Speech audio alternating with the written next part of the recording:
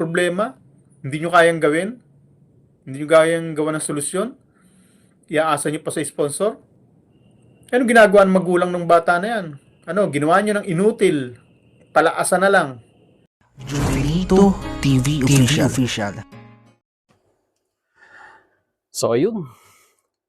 Inyo, what's up mga kabagis? This is Jubilito TV Official at eto na naman po muli ang isang edisyon ng ating reaction video mga kalingap at kabagis, no?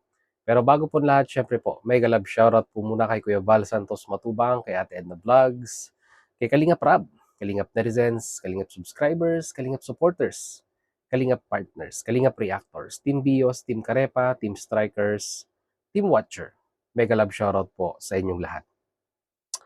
So ito na nga mga kalingap at kabagis, no? For today's reaction video, gagawin ko lang po ng reaction at pagbibigay ng opinion, mga kalingap at kabagis, dito po sa naging live streaming, no, ng isa sa mga pinaka-bitter na basher po ng Team Kalingap. Self-proclaim na magaling, di ba? Assuming na siya yung pinakamagaling at very mga kalingap, no?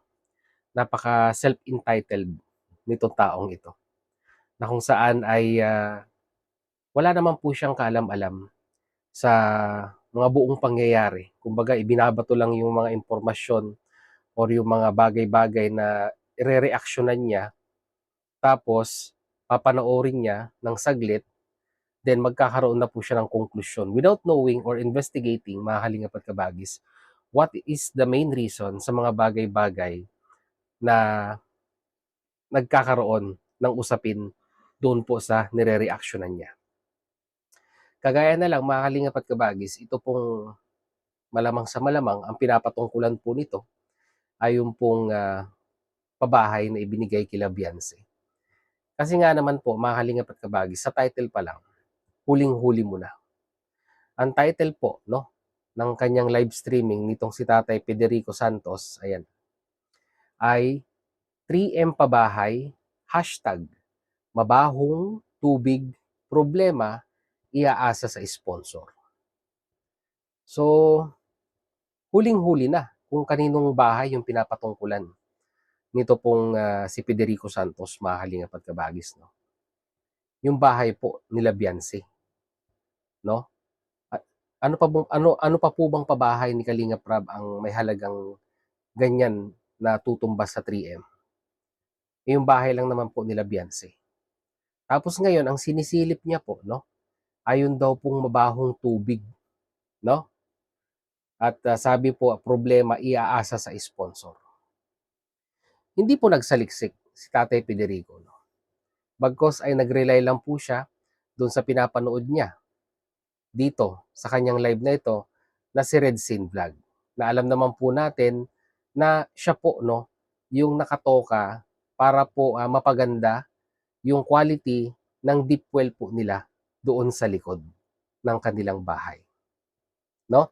Kinakantyawan ni Federico Santos dahil nga daw po mabaho yung tubig, no? Mga kalingap at kabagis, no? At may mga nagko-comment pa sa kanyang live streaming na may nagtatanong kung bakit wala daw po bang linya ng tubig na available doon sa lugar na yon. At doon po sa part na yon, nahuli po mga kalingap at kabagis na wala siyang ka-idea kung ano po yung sistema or yung kalakaran ng pagpapakabit po ng tubig doon, no? Kumbaga, syempre po yung bahay na igawad na. Alam naman po natin ang red tape pagdating po sa ating gobyerno, mga kalingap at kabagis, no?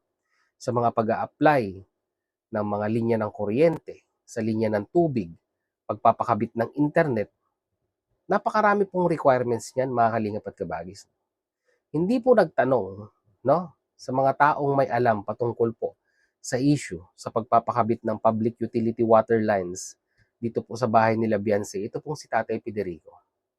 Pagkos kinantsawan niya po, no, kinantsawan niya po yung deep well na inisponsoran po na mapaayos at may pagawa ng mga nagmamahal sa pamilya nila Beyonce, no?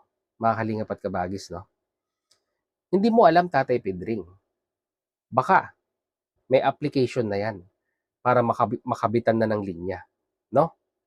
Ng tubig or yung tinatawag po nating utility water line. Wala kang ka-idea na nire-reactionan mo yung mga ganitong bagay kasi hindi ka nagsasaliksik, no?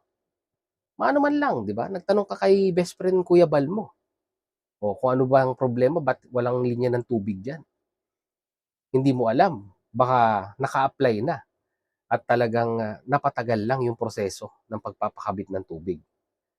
Alam mo naman, ang kalakaran sa Pilipinas, di ba?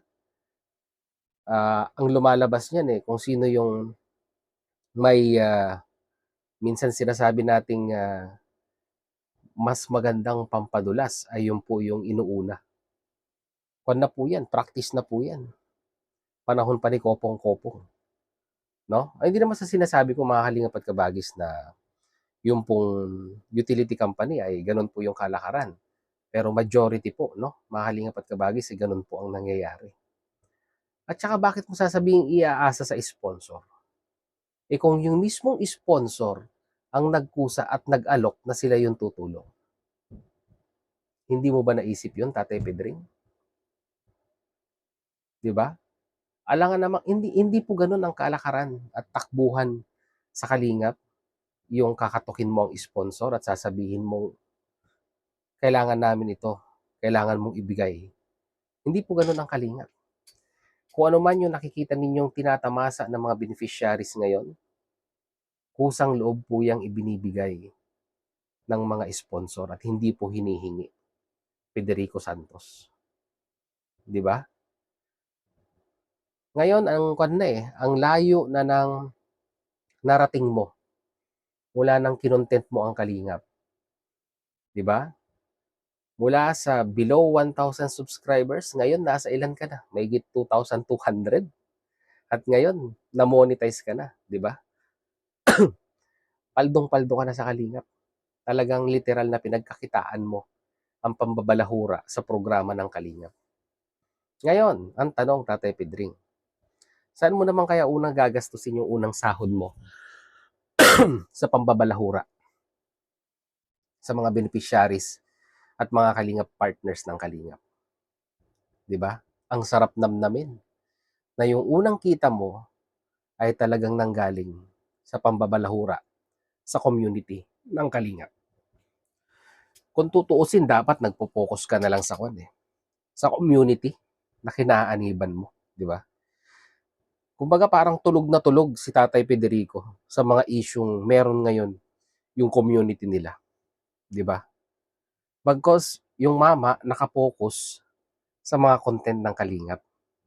Dapat pinagtatanggol mo yung community mo sa mga isyung meron sila, di ba? Huling-huli na namin yung taktika mo, Tatay Pedring. Di ba? Inilalayo mo yung mga viewers sa totoong issue meron yung community ninyo. Di ba? Para hindi mapag-usapan. Pero pasensya na, Tatay Pedring. May mga kasama akong mga reactors na nakatoka dyan na talagang sinisilip lahat ng anggulo na makikita nilang pwedeng reaksyonan na sa kumbaga nasa feeling nila ay mali, no? Kaya hindi na mabenta sa amin yung style mo na panliligaw sa mga viewers na para hindi mapansin kung ano yung merong issue yung community kinapapalooban mo, Federico Santos. Kaya mga kalingap at kabagis, no? Ewan ko ba? Ito'y yung channel niya, kung gusto mong ma-stress sa buhay, puntahan nyo po. Di ba? Puntahan nyo po yung channel niya. Dahil talagang sa simula pa lang sa pagtilaok ng manok, madaling araw pa lang, ay issue na yung pinag-uusapan sa channel ni Tatay Pedring. Mga kalingap at kabagis. Sa mga viewers na gustong ma-stress, puntahan nyo. Saka nyo ako balikan at mag-comment kayo kung hindi kayo na-stress sa mga content ni Tatay Federico Santos. No? Ay, ganang sa akin lang, yung estilo mo na pagpapapansin, mas lalo kang hindi papansinin ni Kuya Bal. Di ba? Sa dinami-dami ng live na ginawa mo sa channel mo, sinagot ka ba ni Kuya Bal? Yun lang ang tanong ko, Tatay Pedring. Hanggang ngayon, trying hard ka pa rin na makuha ang atensyon ng isang Kuya Bal Santos Matubang. Di ba? Kung ano-ano na yung mga tinatitle mo, kung ano na yung mga kinokontent mo, sinasubject mo sa mga live mo, pero kulang pa rin. Sabi nga nila, mga kalingap at kabagis, no? So yun, mag-comment na lang po kayo sa comment section kung ano naman po ang inyong mensahe, no? Pagsabihan nyo po si Tatay Pedring sa ating comment section. Mga kalingap at kabagis. Word of encouragement, word of wisdom, di ba? Para naman mahimasmasan ito pong si Tatay Pedring sa mga bagay-bagay na alam niyang, di ba? Alam niya namang may kulang, pero talagang ipinipilit niya pa rin na siya po ay tama, siya po yung magaling, siya po yung self-entitled, and so on and so forth, mga kalingap at kabagis. So yun, yun na lang po ang ating reaction video for today. Mga kalingap at kabagis, at mag-comment na lang po kayo sa ating comment section kung ano naman po inyong masasabi, opinion, reaction dito po, no? Sa sabihin na nating pangangantyaw ni Tatay Pedring sa isa sa mga pinakamahal at pinakamalaking nagastos na pabahay ng Team Kalingap, na yung bahay po nila Beyonce, na inulan po ng biyaya ng mga sponsor, na hindi po hiningi, kusang ibinigay ng mga sponsor, no? Dahil po sa Kalingap, wala pong pilitan. Bagkos ang pagbibigay ay taos-puso po at walang pilitan. So yun, mga kalingap at kabagis, hanggang dito na lang. Once again, this is Jubilito TV Official, proud member po ng Team Koos at ng Team Bios. As I always say, mga kalingap at kabagis, peace, God first. God bless po. Bye-bye!